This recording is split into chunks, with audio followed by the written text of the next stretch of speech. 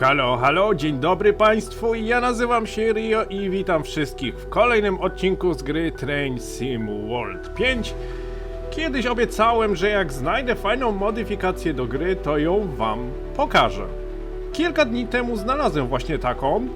Jest to modyfikacja zmieniająca stare niebo i stare oświetlenie w starych dodatkach na nowoczesne i bardziej realistyczne. Jak to wygląda? Pozwólcie, że Wam pokażę.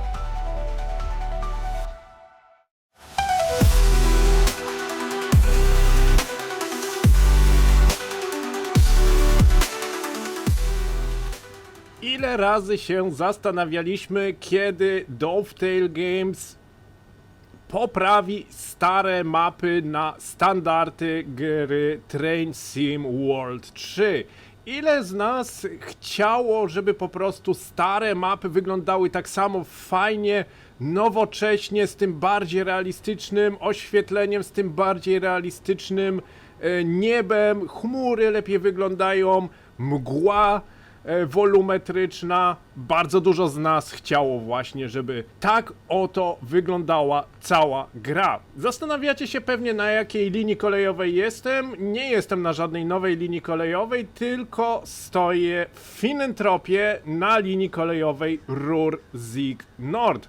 Specjalnie wybrałem dzisiejszą porę, specjalnie wybrałem dzisiejszy wieczór, ponieważ przy zachodzie słońca całe to oświetlenie, całe to niebo jest po prostu o wiele ładniejsze, o wiele bardziej fascynujące. Poza tym ja bardzo lubię zachody słońca, bardzo lubię o tych porach jeździć i właśnie tak sobie wykonamy dzisiejszy przejazd. Jest do dyspozycji lokomotywa Bauer jest 193, jest to Vectron Siemensa w barwach Deutsche Bahn. Na haku mamy pociąg towarowy, ale też przejedziemy się dzisiaj inaczej. No bo odcinek o samej pogodzie fajnie jest, pokażę Wam jak to wygląda, no ale co tu dużo mówić. Modyfikacja jak modyfikacja, instalujecie i gracie. Ale żeby odcinek był dzisiaj ciekawszy, przejadę się całą linię kolejową aż do Hagen bez jakichkolwiek podpowiedzi. Dzisiaj będą się liczyć tylko i wyłącznie moje znajomości niemieckich przepisów kolejowych, niemieckich semaforów, niemieckich znaków. I to co? Zaczynamy. Przygotowujemy maszynę do jazdy, wkładamy klucz, aktywujemy maszynę, aktywujemy kabinę. Jazda do przodu, do tego aktywujemy tutaj wajchę hamulca zespolonego, wstajemy, włączamy, czekajcie, gdzie tu jest CFI, gdzie tu jest PZB?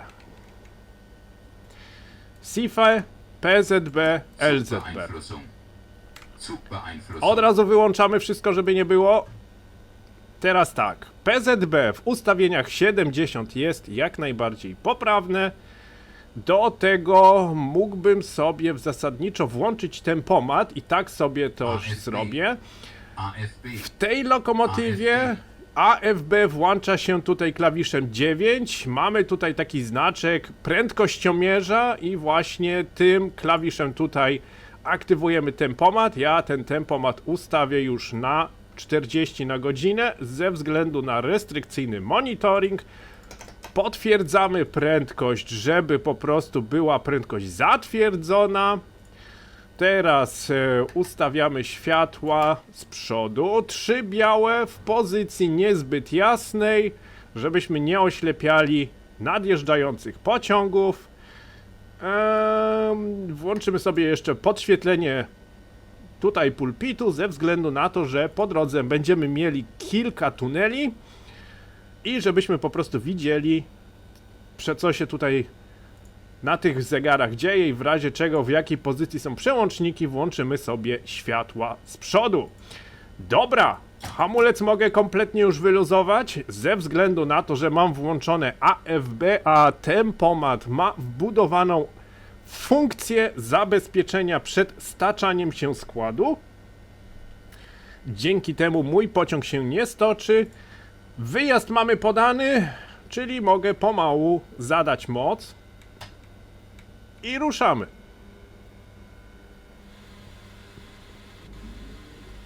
Przy ruszaniu pamiętajmy, restrykcyjny monitoring się zaraz załączy, nie wolno nam jechać szybciej niż 45 km na godzinę.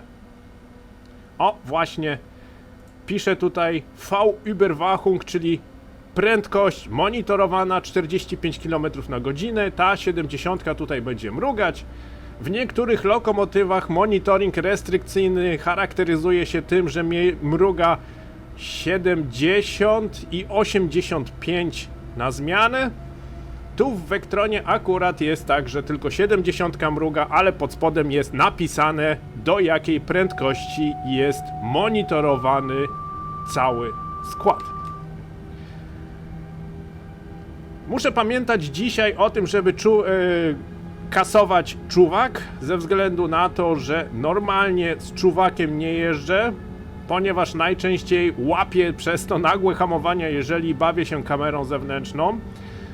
Ale postanowiłem dzisiaj bez jakichkolwiek podpowiedzi, bez jakichkolwiek tutaj wyświetlaczy przejechać całą linię kolejową bez, no, po prostu znając tylko i wyłącznie przepisy. Włączę sobie pomiar długości pociągu, żebym wiedział, kiedy mogę przyspieszyć do prędkości 100 km na godzinę.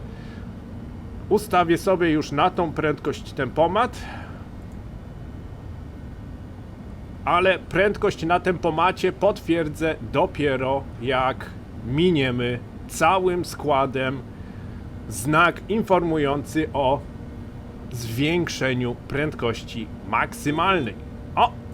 Pip, pip, mamy, ustawiamy sobie tempomat, restrykcyjny monitoring już się uspokoił, już się wyłączył, więc możemy bezproblemowo przyspieszyć w tym momencie do 100 km.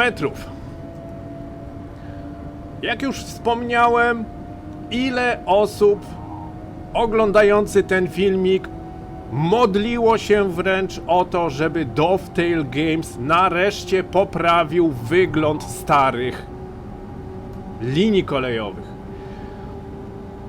Nie bardzo im się to udało, ale ostatnio oglądałem, przypadkiem w zasadzie, najczęściej tego nie robię, ale ostatnio faktycznie oglądałem pewnego streamera z Niemiec, który właśnie pokazywał nowy rozkład jazdy, jaki wszedł na linię kolejową Köln-Aachen.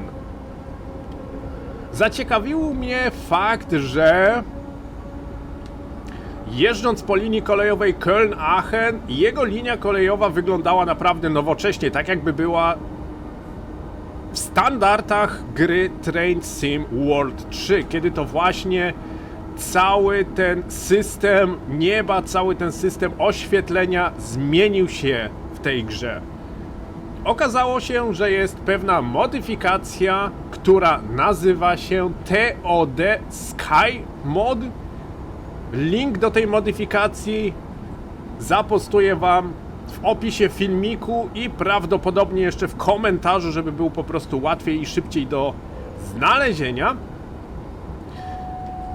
I właśnie dziwiłem się, jego linia kolejowa to jest przecież Köln-Aachen, to jest przecież linia kolejowa, która już dawno temu wyszła. Ona wyszła do gry Train Sim World 2 i świetnie po prostu wygląda. Jak on to zrobił? No i okazało się właśnie, że używa tej oto modyfikacji, dzięki czemu stare linie kolejowe dostają automatycznie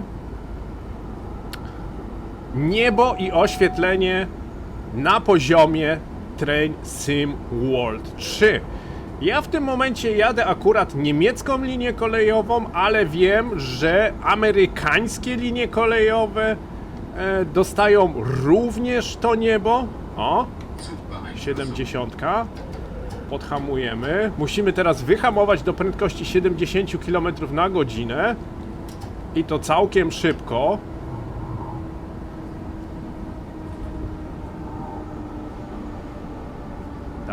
Dawaj, bo będzie nagłe.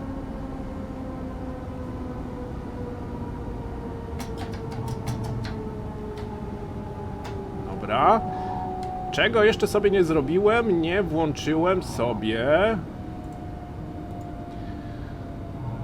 zwiększonego hamulca elektrodynamicznego. Ze 150 kN hamulca elektrodynamicznego zrobimy sobie 240. Dzięki temu będę mógł lepiej kontrolować maszynę i szybciej hamować hamulcem właśnie elektrodynamicznym. Przed nami ograniczenie prędkości do 70 km na godzinę. Szybciej nam nie będzie wolno jechać. Od tego miejsca 70 właśnie ze względu na to, że mamy tutaj dość mocny zakręt, dość duży łuk.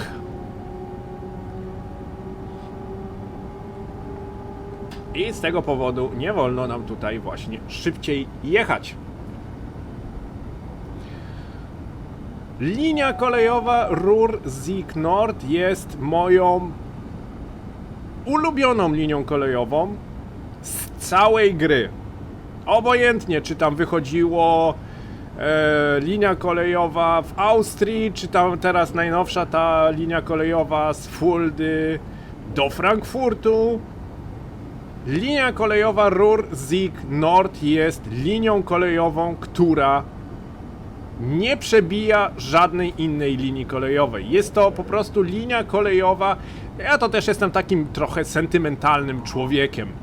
Ze względu na to, że linia kolejowa Ruhr-Sieg Nord to jest właśnie linia, gdzie pierwszy raz miałem do czynienia z niemieckimi składami, praktycznie ze składami, które na co dzień widywałem na przejazdach kolejowych, na dworcach kolejowych i właśnie to była pierwsza lokomotywa 185, do tego była 146.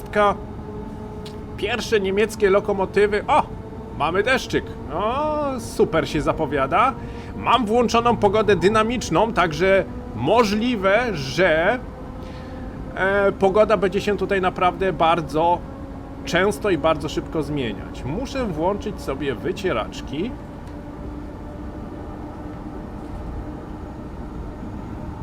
Jak to wygląda z zewnątrz? Kolory całej modyfikacji są o wiele cieplejsze. Kolory całej modyfikacji inaczej oświetlają tutaj całe otoczenie. Mam ograniczenie prędkości, muszę potwierdzić. I hamujemy znowu do 70 na godzinę. Na pewno poleci pytanie: Rio, przecież była 80, dlaczego hamujesz do 70 km na godzinę? Odpowiedź na to pytanie jest bardzo łatwa. Jedziemy w ustawieniach PZB 70, co oznacza, że każde potwierdzenie ograniczenia prędkości, obojętnie czy to jest 50 na godzinę, czy to jest 60, 90 na godzinę, jeżeli potwierdzamy PZB, musimy wyhamować cały skład do prędkości kontrolnej, jakie jest właśnie 70 na godzinę. Ustawienia PZB, czyli 55, 70 i 85. To nie są jakieś takie zwykłe cyferki, które po prostu się świecą. To są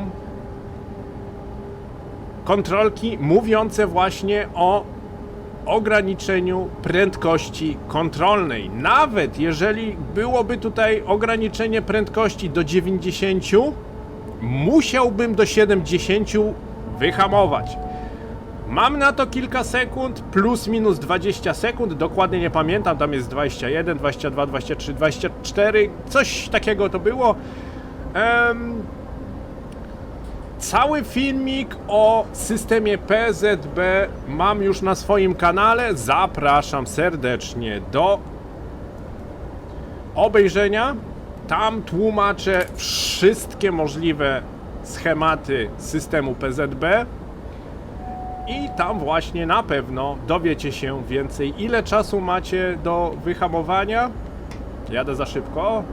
82 nie jest dobrze. Tam właśnie mam wykazane, pokazane wszelakiego rodzaju systemy, ustawienia, ile sekund, do jakiej prędkości i tak dalej. Także zapraszam serdecznie do obejrzenia filmiku właśnie o PZB. Na pewno Wam się przyda. Szczególnie tym, którzy bardzo chętnie jeżdżą właśnie niemieckimi liniami kolejowymi. System PZB jest dość skomplikowanym systemem i powiem Wam szczerze, że naprawdę trzeba się tego systemu nauczyć, ponieważ nie jest taki intuitywny w obsłudze. Jest kilka zależności, które ten system po prostu wykazuje i które właśnie zależą od pewnych schematów. Wracając do modyfikacji, wiem, że na niemieckich liniach kolejowych ta modyfikacja działa. Wiem, że na amerykańskich liniach kolejowych ta modyfikacja działa, ponieważ sprawdzałem ją na dodatku Sand Patch Grave, czyli to jest praktycznie ten pierwszy dodatek, jaki wyszedł do tej gry. Czy działa na angielskich liniach kolejowych? Niestety nie sprawdzałem i nie bardzo mam jak sprawdzić, ze względu na to, że angielskich linii kolejowych nie mam.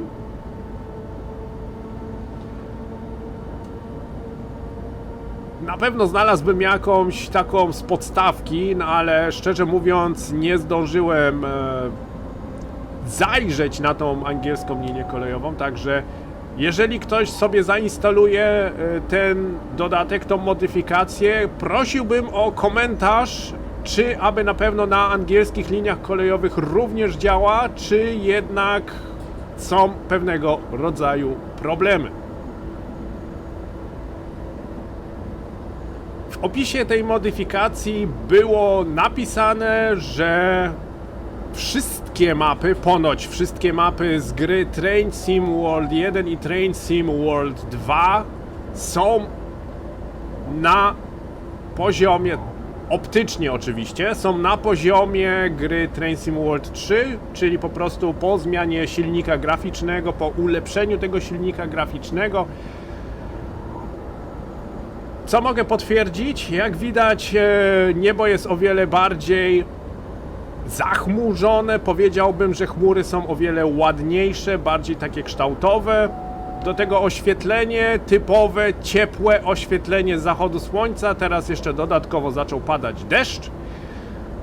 Wolumetryczna mgła się pojawiła na tych liniach kolejowych, ten dodatek również wolumetryczną mgłę daje i uwierzcie mi, naprawdę gęstą mgłę.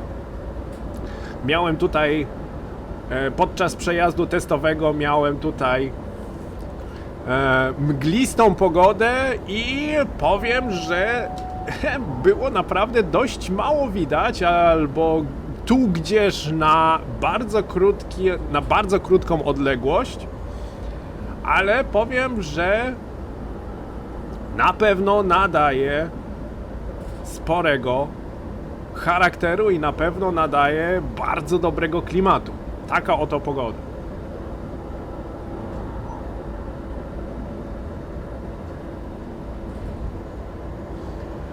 Również po tym, jak są opady deszczu, zaraz to w sumie będę mógł sprawdzić.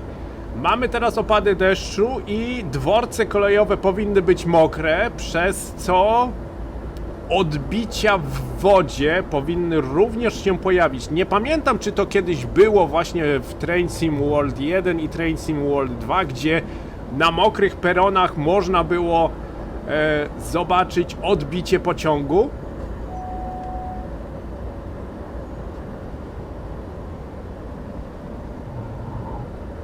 Się zastanowiłem przez chwilę, czy się nie zagadałem i nie przegapiłem jakiegoś ograniczenia prędkości, bo ja tutaj rzucam sobie oko czasami na moją ściągawkę, na moje punkty, o których chciałem wam tutaj opowiedzieć, a nie pamiętam właśnie, czy tu się 100 jechało. No ale zostawmy tak, najwyżej na koniec zobaczymy, czy popełniłem jakąś gafę, czy jednak nie.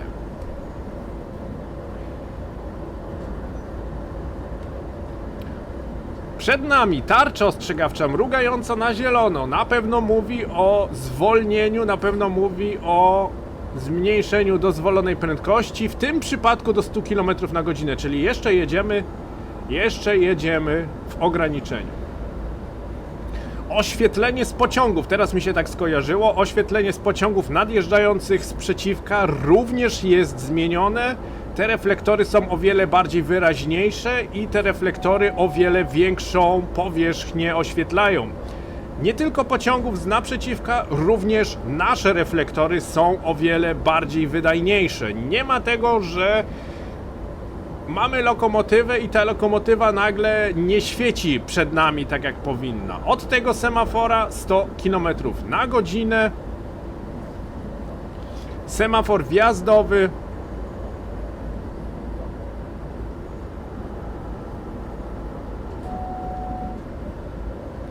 Przyznam, że od kiedy mam tą modyfikację, o wiele częściej i o wiele przyjemniej zapowiedź prędkości do 70 km na godzinę. Potwierdzamy w PZB i hamujemy.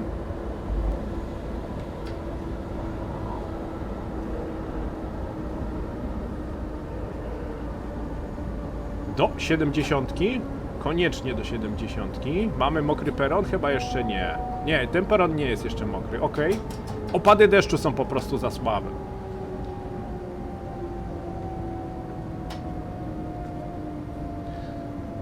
Ok, ustawmy sobie tempomat na te 70, żebym po prostu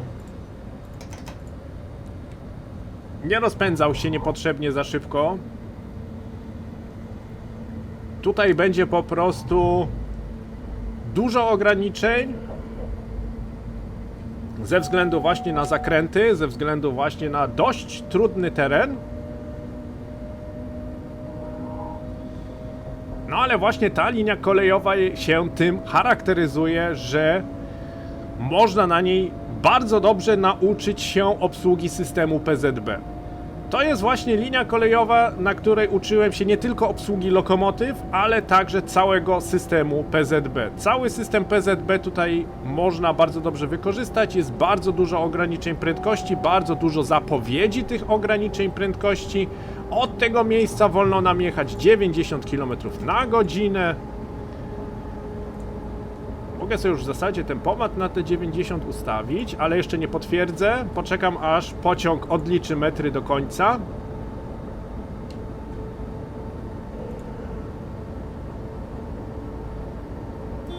Ok. Rozpędzamy się do 100 km na godzinę i jedziemy dalej. Normalnie jak znalazłem tą modyfikację, normalnie jak tą modyfikację zainstalowałem i faktycznie zadziałała, mówię, teraz będę jechał każdą starą linię kolejową. Od razu odpaliłem Rursig Nord, od razu odpaliłem Spessart rampę, od razu odpaliłem Köln-Aachen. Do tego jeszcze na Köln-Aachen jest nowy rozkład jazdy, darmowy rozkład jazdy, zapowiedź do 80.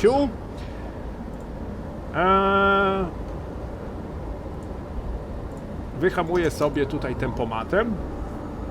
W tym przypadku 80 nie była zaminowana magnesem 1000 Hz, dzięki temu nie muszę hamować do 70. Nie pokazała się tutaj restrykcja magnesu 1000 Hz, prędkości kontrolnej, także swobodnie sobie teraz jedziemy 80 bez potrzeby hamowania. A, przestał deszcz padać. Dobra. Wycieraczki wyłączymy. W oddali widać relikt przeszłości na tej linii kolejowej. Olbrzymi komin, który w grze jeszcze dymi, w rzeczywistości już nie. Elektrownia w mieście Werdol, która już nie istnieje. Czy budynek elektrowni jeszcze stoi? Niestety wam nie powiem, ale elektrownia jest już od bardzo długiego czasu nieczynna, jest już zlikwidowana. Z tego co kojarzę, to w budynku tej elektrowni wstawili jakieś akumulatory, które tam miały zadanie takiej jakby rezerwy, w razie czego jakby prądu brakło, ale niestety elektrownia już nie działa. Nie ma szans, żeby ta elektrownia kiedykolwiek zadziałała. Jest to po prostu swego rodzaju relikt przeszłości. Kiedyś w Niemczech było bardzo dużo elektrowni napędzanych węglem, szczególnie tym węglem brunatnym, ale jako że Niemcy chcą być bardzo przykładowym państwem, to bardzo dużo elektrowni pozamykano i bardzo dużo elektrowni wyburzono. Nie tylko zamknięto obiekty, ale również zrównano je z ziemią, żeby po prostu więcej ich nie odpalać. No okej, takie są Niemcy. Ja już jestem do tego przyzwyczajony. Dziwne sytuacje, no ale cóż zrobić.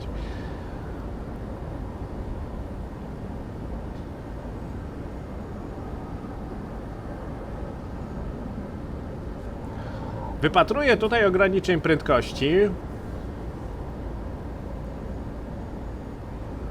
i delektuję się dźwiękiem tej lokomotywy. Vectron jest lokomotywą na bardzo wysokim poziomie, lokomotywą na bardzo wysokim poziomie nie tylko w prowadzeniu, ale również w odwzorowaniu. Tutaj w tym momencie jeszcze nie, ponieważ jedziemy akurat po linii kolejowej, na której tory są ze sobą spawane, więc nie ma tych łączeń takich torowych, gdzie pojawia się ten regularny stukot kół, ale jest kawałek linii kolejowej właśnie pod koniec tutaj naszego przejazdu, niedaleko Hagen, gdzie właśnie są tory kolejowe łączone ze sobą i pojawi się ten charakterystyczny stukot kół i do tego jeszcze będzie to charakterystyczne takie podskakiwanie lokomotywy na tych łączeniach. Super zrobione. Muszę przyznać, że stara linia kolejowa, ale dzięki temu, że jest są nowe lokomotywy, do tego zainstalowałem jeszcze nowe oświetlenie, po prostu super się prowadzi. Coś pięknego. I to jest właśnie to, czego wszyscy, może nie wszyscy, większość z nas chciała, żeby Dovetail Games zrobiło. Żeby w końcu zabrali się za te stare linie kolejowe, żeby po prostu zrobili remake, czy tam remaster linii kolejowej. Rursig Nord, Spessart rampę, Taranter rampę też jest świetna, też jest świetnie zrobiona z tym oświetleniem. No, firma się za to raczej nie zabrała, ale całe szczęście, że mamy osoby, które rozumieją i modyfikują grę. Wielki kciuk w górę za to. Zapowiedź ograniczenia 70. Potwierdzamy, ale nic się tutaj nie dzieje. Ta 70 również nie była zaminowana magnesem 1000 Hz. Ale nic nie szkodzi. Przepiękny zamek, również charakterystyczny. Miejsce. Muszę zobaczyć. Ach, Altena. O. Właśnie chciałem powiedzieć, że zamek hrabiego, ale zapomniałem nazwy. Hrabia Altena mieszkał właśnie w tym pałacu, w tym zamku. I ten zamek stoi do dziś. Jak wygląda? Mam króciutki filmik. Jak wygląda ta stacja kolejowa? Raz wracałem ze szkolenia zawodowego, które było w okolicach Frankfurtu i musiałem jechać objazdem właśnie przez Altenę i pomyślałem sobie, nie. Jeżeli już jestem tutaj właśnie w tym mieście, to muszę zobaczyć, jak ten dworzec kolejowy wygląda. Muszę zobaczyć, jak wygląda ten pałac. Muszę zobaczyć, jakie tutaj kursują pociągi. Wprawdzie była to niedziela, bo miałem szkolenie czwartek, piątek i sobota. W niedzielę wracałem, także ruchu kolejowego zbyt dużego nie było, ale miałem okazję kilka pociągów złapać. 70 Rio, Nie rozpędza się tutaj, tak?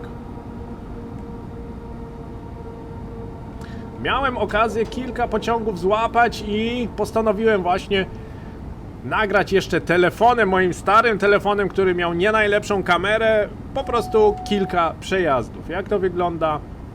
Link macie tutaj u góry.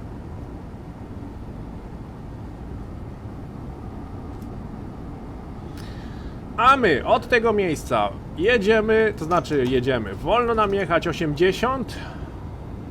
Odliczanie metrów trwa. Pomożemy sobie dzisiaj trochę.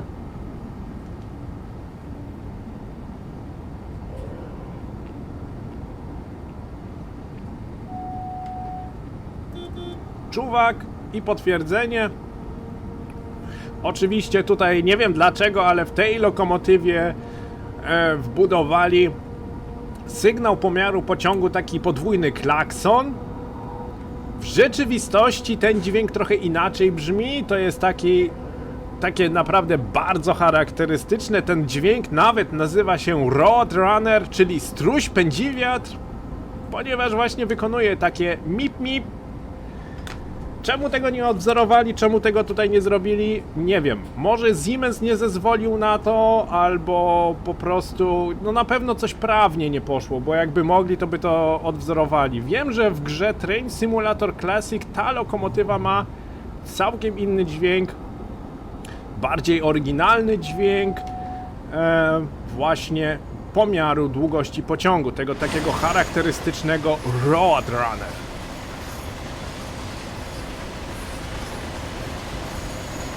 Ale nie ma co narzekać, lokomotywa Vectron Baureihe 193, jedna z moich ulubionych lokomotyw, jedna z lokomotyw, które chciałem, żeby po prostu kiedykolwiek weszła do gry. Całe szczęście, że nie wiem, wysłuchano moich modlitw i Vectron się pojawił. Są w tym momencie w grze 3 wersje Vectronu. Jest Vectron Railpoola, ten taki charakterystyczny szary Vectron. Jeszcze z tym prawym wyświetlaczem tutaj w górnym rogu, który czasami przeszkadza.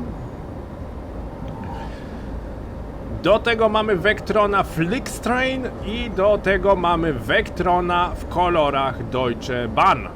Ten Flixtrain jest fajnie zrobiony, ale bardziej nadaje się do obsługi pociągów pasażerskich.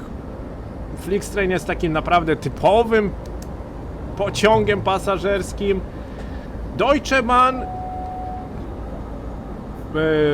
Vectron Deutsche Bahn jest Vectronem, który ja osobiście najbardziej lubię ze względu na jego tutaj budowę. Chociaż ta dobudówka tutaj nad zegarami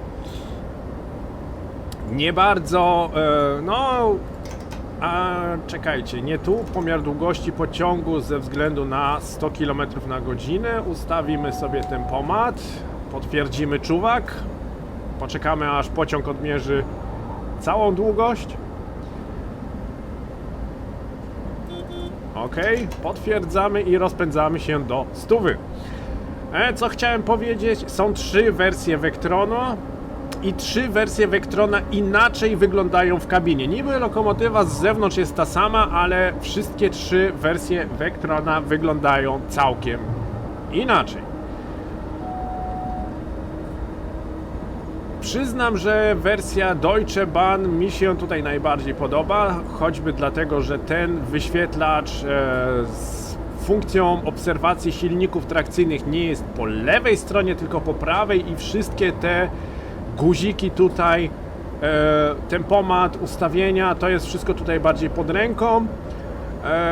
Nie pamiętam już w której lokomotywie, ale chyba właśnie to było w lokomotywie Railpoola, że żeby włączyć tempomat trzeba było wejść jeszcze w jakieś ustawienie i dopiero można było tempomat włączyć. Jeżeli wie się, gdzie trzeba wejść, to można takie ustawienia zostawić, ale osobiście lubię przycisnąć guzik, żeby to już działało.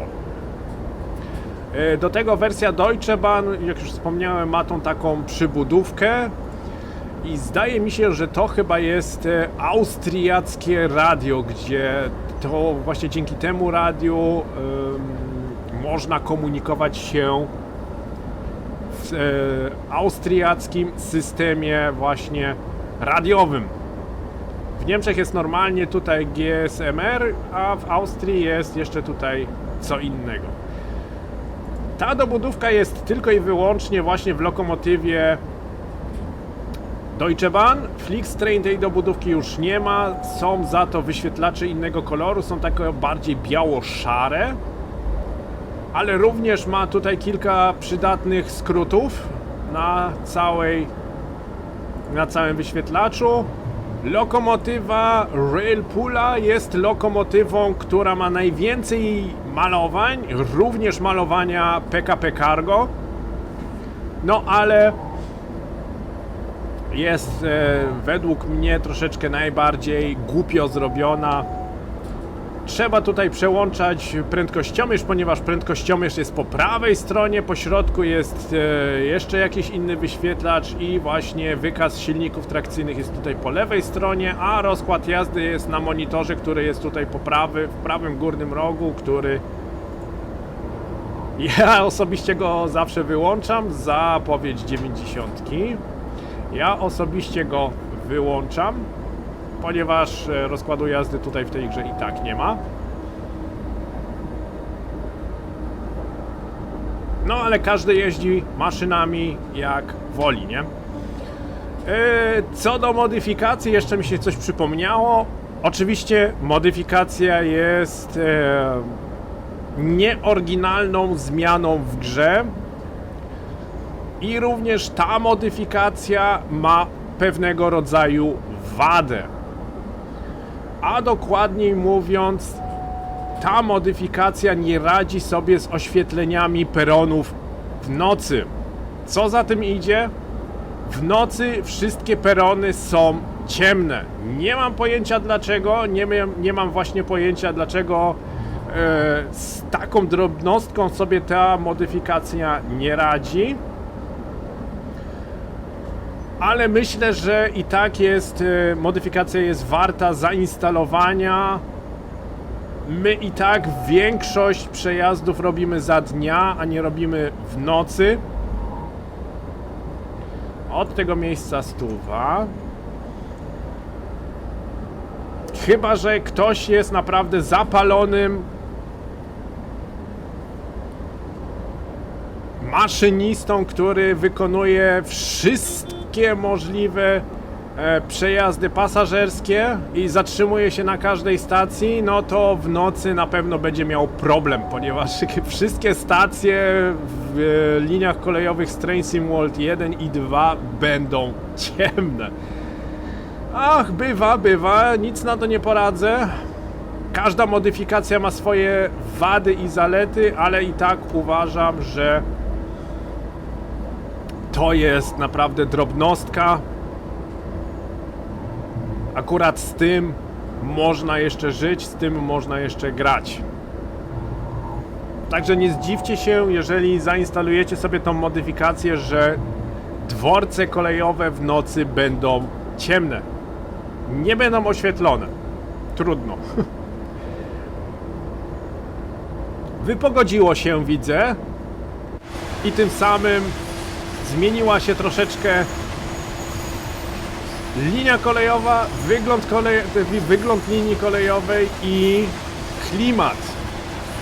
W tym momencie pogoda mówi bardzo ciepłe, takie słoneczne, letnie wieczory, gdzie słońce leniwie zachodzi, temperatura tak ze 20-25 stopni i takie też oświetlenie.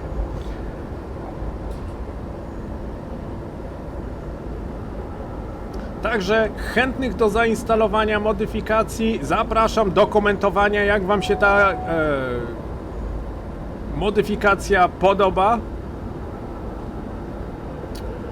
czy w ogóle jest warta zainstalowania, czy nie jest warta zainstalowania. Możecie mi napisać w komentarzach, co wam się w niej podoba, co wam się w niej nie podoba. Myślę, że opisałem większość. Włączymy sobie lepsze światła, bo widzę, że trochę się zrobiło ciemniej. Myślę, że wszystkie wady i zalety tej modyfikacji opisałem. Także zainstalujcie, jeżeli wam się spodoba, zostawcie, jeżeli wam się nie spodoba, wyrzućcie ten plik modyfikacji, jest to jedyny plik, także i tak nie jest instalowanie tak bardzo skomplikowane. Na stronie jest napisane, jak ją się instaluje i co trzeba wywalić, w razie czego, jeżeli nam się to nie spodoba. Ale uwierzcie mi, wszystkie stare linie kolejowe nabierają naprawdę o wiele fajniejszego klimatu przejazdów. Jedyne, czego jeszcze nie testowałem, to są opady śniegu, ale uwierzcie mi, jeżeli mgła już dobrze wygląda, jeżeli burza dobrze wygląda, to na pewno opady śniegu też nie będą wyglądać jakoś katastrofalnie, na pewno też będą wyglądać tutaj dość interesująco. My sobie tutaj dalej jedziemy, jesteśmy gdzieś 3/4 długości linii kolejowych, jesteśmy dość blisko naszego punktu końcowego. Czuwak nieprzyzwyczajony do kasowania czuwaku. Taka jeszcze jedna ciekawostka w porównaniu do Simraila. Czuwak w polskich liniach kolejowych kasujemy mniej więcej co minutę. W niemieckich liniach kolejowych czuwak musimy kasować co 30 sekund. Także jadąc na niemieckich liniach kolejowych z włączonymi systemami bezpieczeństwa musimy kasować czuwak o wiele częściej niż na polskich liniach kolejowych w polskich maszynach. Stąd też jazda w Simrailu pociągami jest troszeczkę mniej taka uciążliwa i bardziej taka trochę przyjemniejsza niż właśnie w niemieckich liniach kolejowych, ze względu właśnie na to, że tutaj częściej trzeba uważać, mamy częściej te sygnały alarmowe, które mówią: halo, halo, czuwak, nie dajesz znaku życia, musisz tutaj się potwierdzić, odbić. Dobra, tarcza ostrzegawcza, świecąca się na pomarańczowo i zielono, mówiąca o tym, że od następnego semafora 40 km na godzinę. Jeszcze dalej. 70, 60. Hamulec wyluzuje. Zostawię jeszcze hamulec elektrodynamiczny.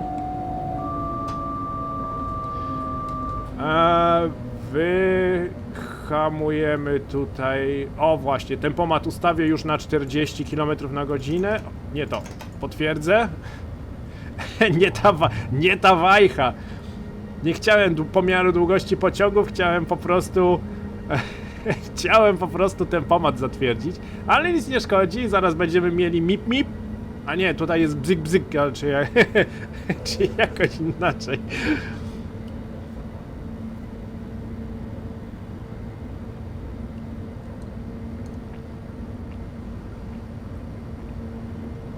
Tutaj od tego semafora wolno nam jechać 40 km na godzinę.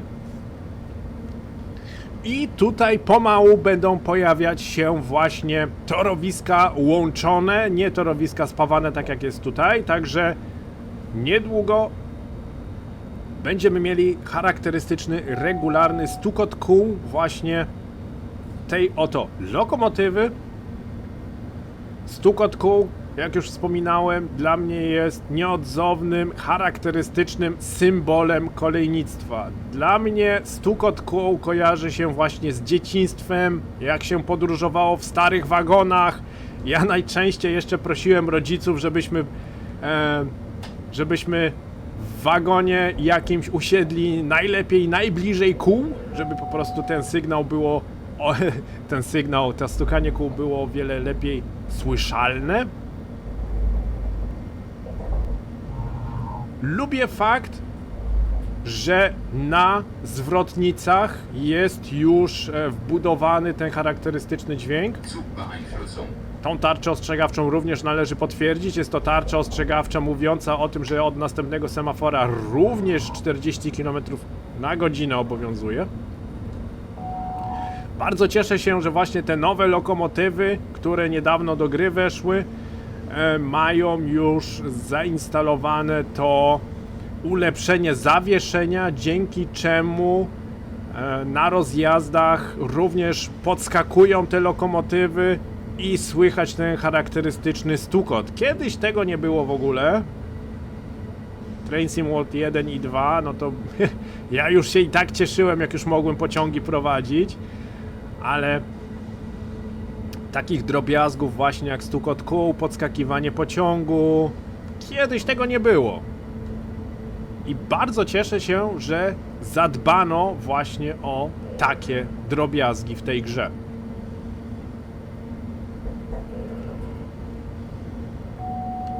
Cicho. Jestem, czuwam.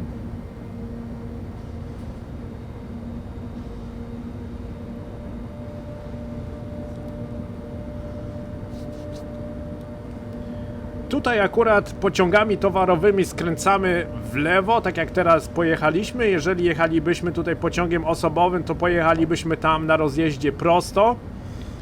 Jest to spowodowane tym, że linia kolejowa w Hagen ma bocznicę towarową. W tym przypadku, tak jak teraz jedziemy, ona jest po lewej stronie i wszystkie pociągi towarowe muszą być praktycznie przerzucone nad tą pasażerską stroną tej linii kolejowej. Dlatego tutaj właśnie podjeżdżamy pod górkę i toczymy się prędkością 40 km na godzinę. Przed nami semafor świecący się na zielono i pomarańczowo. Od tego miejsca wolno nam dalej jechać 40 km na godzinę. Nie zamierzam przyspieszać. Z tego co pamiętam, to gra tutaj chyba zezwala nawet na przejazd 50 km na godzinę, ale według niemieckiego prawa semafor świecący się na zielono i na pomarańczowo bez dodatkowych cyfr zawsze jest 40 km na godzinę. Czasami może zdarzyć się 60 km na godzinę, ale to można wyczytać tylko i wyłącznie z rozkładu jazdy, którego tutaj w tej grze niestety nie było, nie ma i nie będzie. Mówi się trudno. Trzeba sobie jakoś radzić. Ten stukot kół. Uwielbiam.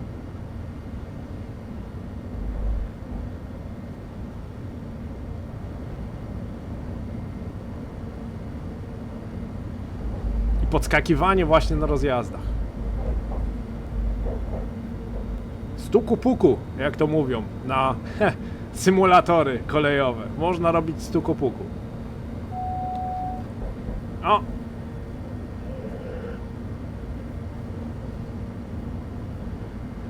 Ach, 40, no standardowa prędkość, szybko raczej nie pojedziemy. O! Teraz mamy ten odcinek właśnie torów, gdzie tory są skręcane ze sobą i wytwarzają właśnie ten charakterystyczny stukot kół. Bardzo ładne różowe niebo, typowy zachód słońca latem. A my jedziemy po starej linii kolejowej. Czy to nie jest fajne? Co najlepsze, ten stukot kół słychać ze środka lokomotywy, ale jak przejdziemy na zewnątrz, to już nie bardzo. A chociaż? Trochę.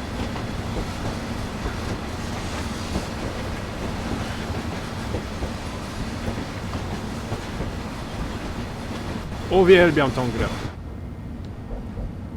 Niby taki dodatek, niby taki szczegół, zmiana oświetlenia i zmiana praktycznie skybox, jak to się nazywa, ale jednak uwierzcie mi, robi ogromną różnicę. Całe przejazdy o wiele bardziej realistycznie wykonane są, o wiele fajniejsze w wykonaniu. Każdy szczegół, każda drobnostka, podskakiwanie lokomotywy, stukot kół, realistyczne oświetlenie, skybox, chmury, tu gdzieś deszcz, jakieś opady śniegu, czasami mgła. Zapowiedź ograniczenia do 80, ja to potwierdzę, ponieważ muszę. Nic się w tym momencie nie zdarzy, nie mamy żadnej restrykcji 1000 Hz i prędkości kontrolnej, ze względu na to, że jedziemy wolniej niż prędkość kontrolna, dlatego 1000 Hz nas nie wyłapie.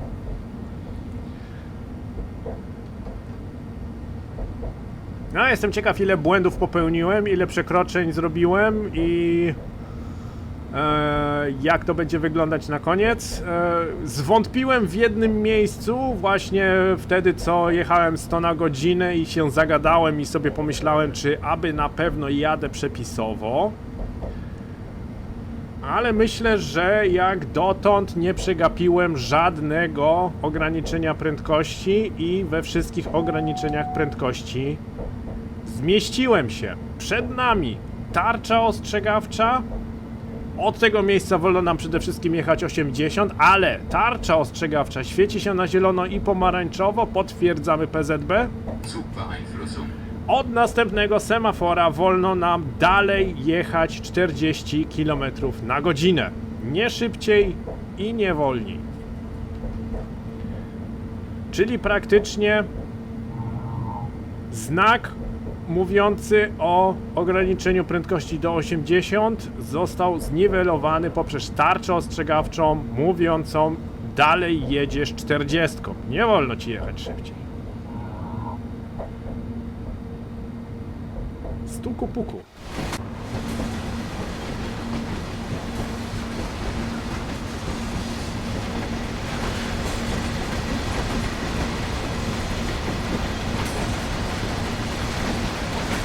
Co mi się tak jeszcze skojarzyło? Prawdopodobnie lubię tą linię kolejową właśnie ze względu na to, że jest to typowo towarowa linia kolejowa. Jest to linia kolejowa, która swego czasu była przeznaczona do wywozu węgla kamiennego, który był wydobywany w kopalniach w Zagłębiu Rury. Właśnie tutaj w okolicach Dortmund, Bochum, Essen, Duisburg. To były wszystko miasta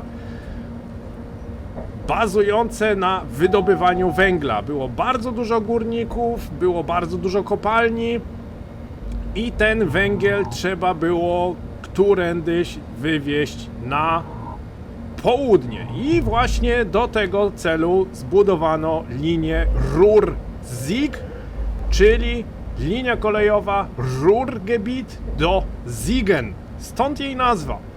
My się pomału zbliżamy do końca naszej przejażdżki. Mam nadzieję, że spodobał wam się przejazd. Mam nadzieję, że mieliście dużo frajdy z przejazdu. Tak jak ja w tym momencie naprawdę bardzo dawno nie jechałem już z załączonymi wszystkimi systemami bezpieczeństwa i bez podpowiedzi, także to było swego rodzaju również wyzwanie dla mnie.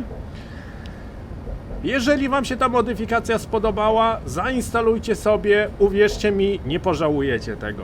Ja się z wami pomału żegnam, dziękuję serdecznie za uwagę, dziękuję serdecznie za wspólnie spędzony czas. Jeżeli wam się filmik spodobał i lubicie symulatory kolejowe, zostaw lajka, zasubskrybuj kanał, by nie przegapić pozostałych filmików właśnie z tego typu symulatorów. Ja tutaj pomału już hamuję, jak widać nasz punkt zatrzymania się tutaj już wyświetlił.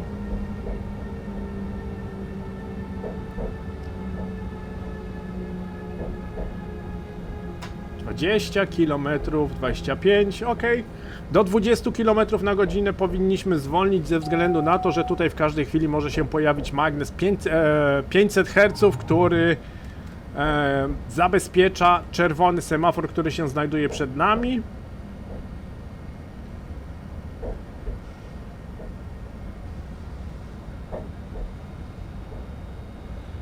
Chwila koncentracji i degustacja właśnie stukotu kół.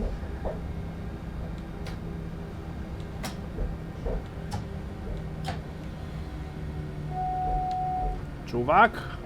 O, hamuj, hamuj. Super zatrzymanie. No dobra, zobaczmy jak nam poszło. O! Czyli jechałem cały czas 100 na godzinę, tu było więcej, ale nam jako pociągowi towarowemu i tak nie wolno było jechać szybciej niż 100 km na godzinę i nie mam, tutaj przekroczyłem prędkość tylko przez chwilę. A tak, zmieściłem się, a jeszcze jedno mamy lekkie przekroczenie, ale w miarę jeszcze tutaj wyredukowałem. Bardzo dobrze poszło, zdobyliśmy tylko 4800 punktów właśnie ze względu na to, że to jest stara linia kolejowa i jakiś tam bonusów za włączone systemy bezpieczeństwa, za coś nie ma. Dobra, mam nadzieję, że wam się filmik spodobał. Zostawcie mi w komentarzach, co lubicie w tym symulatorze i w tej modyfikacji. Ja wam życzę miłego dnia, trzymajcie się ciepło, widzimy się w kolejnym odcinku. Cześć!